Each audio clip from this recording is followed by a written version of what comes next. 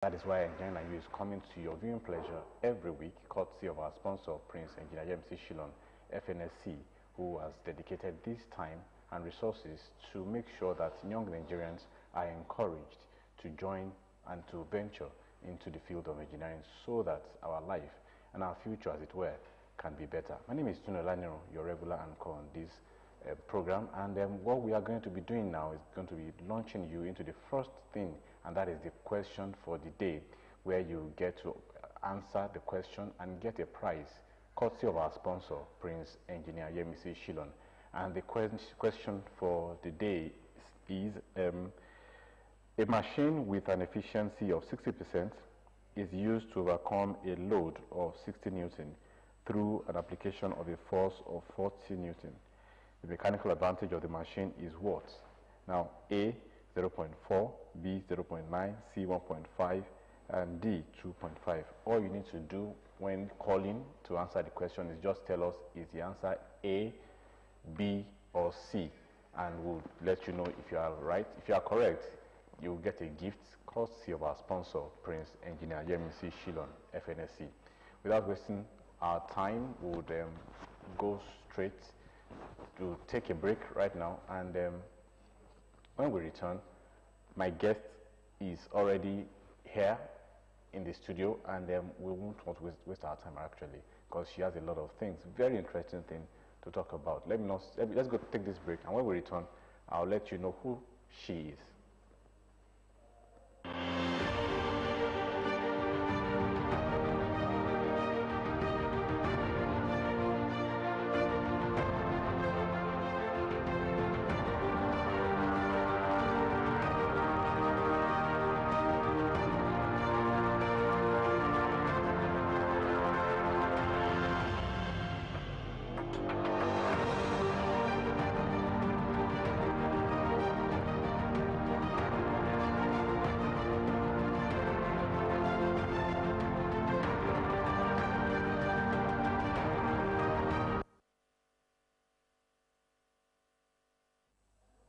Welcome back. My guest for today's edition is Engineer Mrs. Olayemi Ojunaya.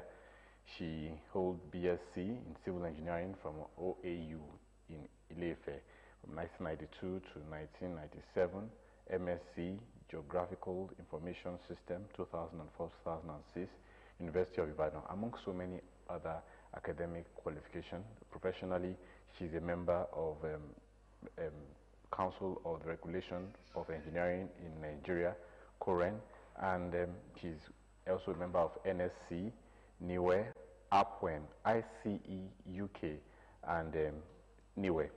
You're welcome to Engineering and You, Engineer Mrs. Ojunaya. Thank you very much. And she'll be talking about a topic that she captioned sustainable development, and I don't want to say anything about it because that is her field, and let me hand over to Engineer Ojunaya. You have the floor. Okay. Good evening, viewers. When we are talking about sustainable development, let me first of all define what sustainability is. Sustainability is making provision for the people without compromising the ability of the future generation to provide for their needs. What am I talking about? You see, when you are making a provision, you know, an engineer is to make a provision to solve a problem. We solve problems, environmental problems, human problems. When you are making that provision, you have to put into consideration the three pillars of sustainability, which are social, economic, and environment. These three factors must be put into consideration, whatever that you want to provide as solution to a problem. Sustainability can be looked at as if as engineering plus feeling. Okay. You must have feeling for the people that you are providing that solution for. You must have feeling for the environment that is citing that project. You must have feeling for who is sponsoring that project, and also for the maintenance of that project. Okay. So, when we now have a sustainable development, is the management of the resources of a project. by maximizing the positive impact and minimizing the negative impact to the environment. Now, if I have a project and I don't put into consideration of the people that I want them to use that project, they are going to have a problem. So in that case, we put into consideration all the three factors. When you are talking about sustainable development project, it's a project with a social benefit, with high positive impact to the environment, and reduced or minimized negative impact to the environment. Let's look at a dam construction as an example.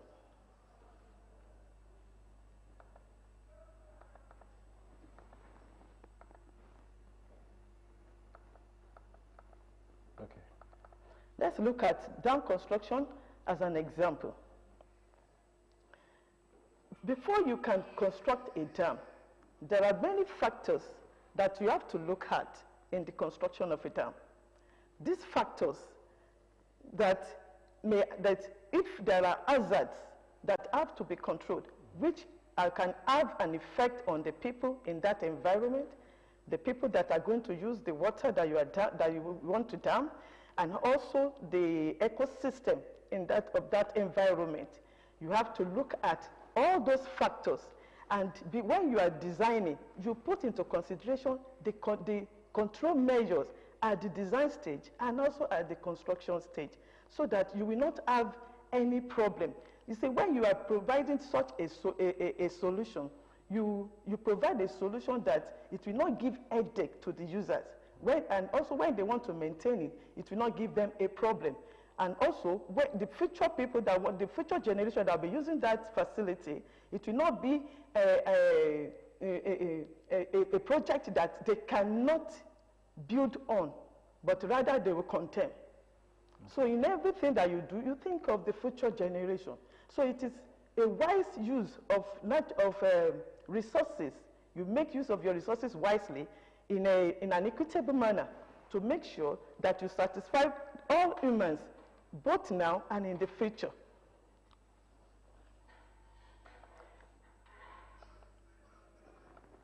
We are also talking now when there are resources that we have to manage.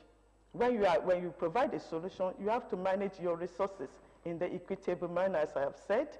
The resources that you are going to use, both human resources, the material resources, time resources, information resources, everything that you are going to use must be available. It must not be resources that you have to travel to a far place to get, so that by the time they want to do the construction, it's going to shoot up the cost of the project.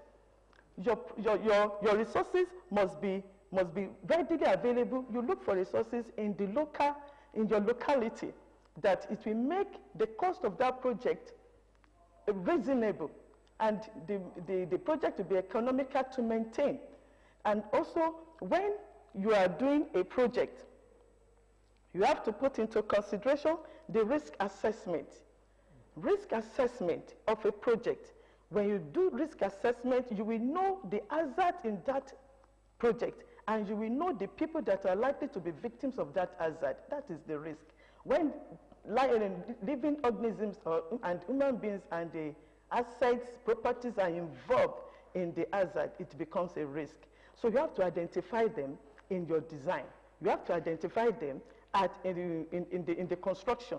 So at the design stage, at the construction stage, you control them. You provide control measures. The ones that you cannot eradicate, that you cannot really control, you have to make the users to know about it in their while using it and in the maintenance. You have to make them know, and then you make them you make them to know that there are safety measures that they have to put into consideration while using it. So when we are talking about sustainability, you are making a provision that will make both the users now and in the future to feel the social benefit of the project. And you are not creating a problem for both the users now and the future generation. You are not creating any problem for them. Okay. Now, let's also look at, I've also talked about some of the solutions that we have to provide. An engineer providing a solution must be practical. Whatever solutions you are providing must be practical, must be sustainable, and must be economical. And we have to be outcome focused rather than being output focused. What do I mean? When you want to provide a solution to a project, it's not because of the profit you want to make. You make solution because you want to make a social impact, a positive impact to the people. You want them to know that with your engineering capability, you have contributed your own effort to the better livelihood of the society. So you put it, so all this, you state the purpose why you are doing that project. I'm constructing a road. For what reason? Is to connect one community to the other so that we have an easily prepared access way from one place to the other. And it's also improve the economy. You see, when you look at the reasons why you are doing it, it will make you to be less selfish. Okay. So you have a positive impact on the people. Now we also have to look at, when you are talking about sustainable development projects, the sustainable development projects, these are the projects that have social benefits, as I have said. So these projects, they are projects that will make your economy, that will boost the economy, that will make use of the resources wisely, and it will make your cost not to be excessively high, and it will be productive both now and in the future. As I have said, in the construction of dam, if it is wisely done, cared for in the design, and all the design takes into consideration all the necessary hazards, and at the same time, it takes care of all the people, both at the upstream and at the downstream. You look at it, if there is any inundation, if there is any throwback, will it affect any area? Do I need to resettle some people? Do I need to move these people from here to another place? What compensation will it involve? All these things you put into consideration. Even the siting of your spillway. If I site my spillway, what will it cause flooding? Will it affect facilities that are maybe closer to the dam site that you have to care for, and you have to put them into consideration so that they will not be flooded away? All these things we have to put into consideration when you are thinking about sustainability. Now, I want to go into climate change. What is the result of this climate change? It is as a result of the solutions that our engineers in the past that they made to make life comfortable. But they were not looking at the waste, the impact of the waste of the production that they were making that time. They were not looking at the impact of the waste on the environment and on the people. That is why the whole global is now facing the consequence of this climate change. What do I mean by climate change? What is climate? Climate is as we know, as the long-term weather. So we are used to predicting that, oh, by this time it should rain. Within so period it should rain. We should have rain at this period we should have harmattan. But because of the greenhouse effect. We have a call. I will ask a question. Bishop from Mowe. Bishop, good evening. Good evening, sir. How are you? How is Mowe today? I'm fine, sir. All right. Any question for my guests? No, sir. I want to answer the question. Okay, go ahead. The answer is 1.5. All right. I'll let you know if you're correct, Bishop. Keep watching. Thank you very much for calling. All right. Okay, you were talking about climate change. Yes. So, we have greenhouse gases.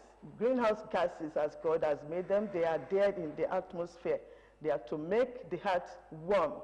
You see, when there is heat radiation from the sun, it heats the earth's surface, and the earth's surface reflects it back as radiation, infrared radiation. But the gases in the atmosphere, they absorb this heat and they reflect it back to the earth's surface. Now, these gases, so one of them is carbon dioxide. We have water vapor. we have nitrogen oxide and sulfuric oxide and the other gases. The way God has made this is to make the heart warm. But when they are getting increased in the atmosphere, they are becoming thicker. They absorb more, they absorb temperature, they absorb heat, and they have high temperature, and they make the temperature of the earth's surface to increase. With the increase in the temperature of the earth's surface, it has affected the climate. The period for the rainfall is becoming less predictable. Like when I was small, I could remember around August, it will be drizzling throughout. But now, you find it difficult to see. Sometimes it just rain for some period, maybe for 1 week. After 1 week, it becomes dry. It is affecting our agricultural produce. It is making the agricultural yields to be very, very low. The farmers, they are suffering because when they have the prediction that by this period, it should be raining. But by the time they now put in the seed into the ground, the rain might stop, the heat will start, and the seed will get scorched in the ground and it get burnt. It will no longer yield. The ones that is becoming a seedling, because the rain has stopped, that one will become dried. And it will also, the yield has reduced. By the time they now put all the agricultural produce together to take to market, they take lower expected yields. And the food products become expensive. Even we that are in the office, we buy food products at a very high cost. We think it is just a normal thing. It is not only insecurity. The rainfall period, it has been affected. We have drought, and we are also at the farming period. If we are not careful, we need to work together. So what do you suggest could be probably the engineering solution or regulatory solution that can be done to forestall this from continuing in the future? Yes, the engineers are working on it. The engineering, the professional bodies, they are working on it. For instance, the ICE UK, they have collaborated with BSI, the British Standard Institution, on PAS 2080 to manage the carbon content in the production. And also, we can manage it through the plantation of vegetations. That is a natural way to control it. And all the professionals can move together, even with the engineers and the scientists. The problem we have is the waste of the old solutions. This waste that has become a nuisance to us. This waste that they did not think before that it could affect the environment. Now it has become a burden. So this waste, we have to capture it at the source. The scientists can work on it and say, what can we react with carbon monoxide that will not become carbon dioxide that will become gas in the air, but it becomes residue that we can just pack. Maybe you can or dissolve somewhere that it will not just dissolve in the gas in the atmosphere. Yes, engineers alone cannot do it. We need to work with the scientists. And we also have to do some things like we lessen the use of generators.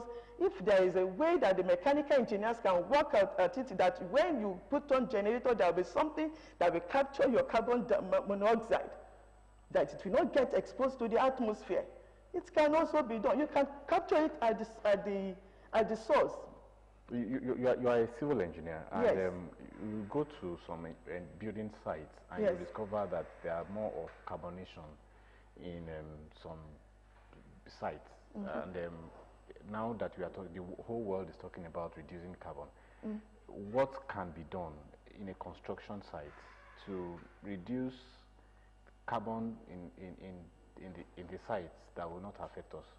Okay, from my own understanding, most of the carbon production that we have is from the cement, and that one is on the cement production.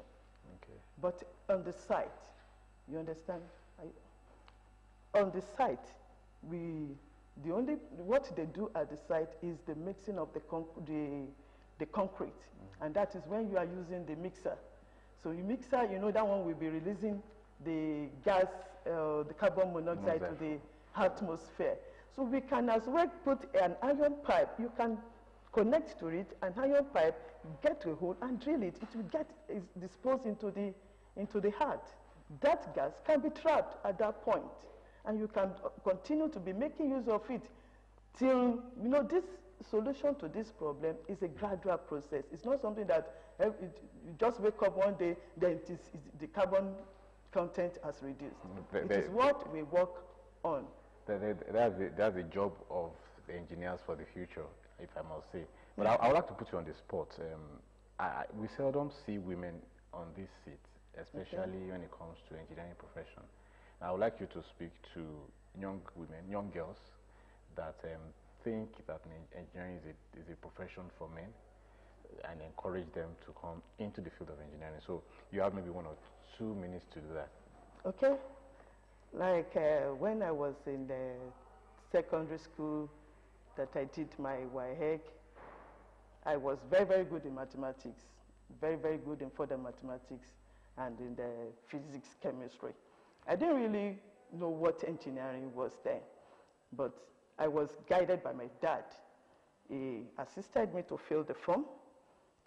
We filled the form and he encouraged me to put in for civil engineering. So when I was in the part 1, I didn't really have full understanding of what civil engineering is. But as time goes on, and I went for my SUES, the IT, then because I did my IT with a design office, so I was exposed to the design of structures.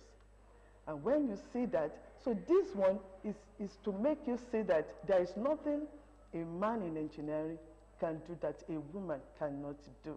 There is nothing too hard for a woman to do. You can, when I was in school, I was not, there was no case of being disrespected as being a woman, because we were very, very few. But we were also given the same chance as the male were given. We had the chance to do whatever they were asked to do, to carry out the practicals and everything. So and being in the profession, I handle the engineering profession myself. I like working with Ogun River Basin Development Authority. They give priority to women, and being in the professional body, it gives you the chance to carry on with to carry out your professional duty without any problem. So a female is free to come into engineering, and you will enjoy it. The same way a man is enjoying it, you will enjoy it. You will practicalize what what you have been taught and what you have known, what you have experienced.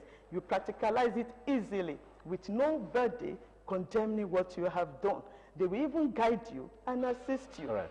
We have to go. Thank you so much for coming to Engineering and Youth for this week, Engineer Mrs. Olayemi Odunaya. Thank you so much. I really appreciate it. And thank you for being there. Thank you to our sponsor, Prince Engineering Shillong, for this opportunity to encourage young people, young Nigerians, to come into engineering. And for the question for the day, Bishop from where you got it right, the answer is 1.5. And for the question for the week, a machine having a velocity ratio of 4 requires a weight of 20 kg to overcome a weight of 60 kg. The efficiency of the machine is what?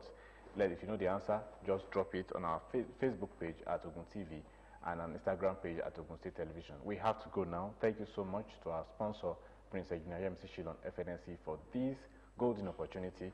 And until next week, my name is Tino Laniro, and I'm saying to you, bye-bye.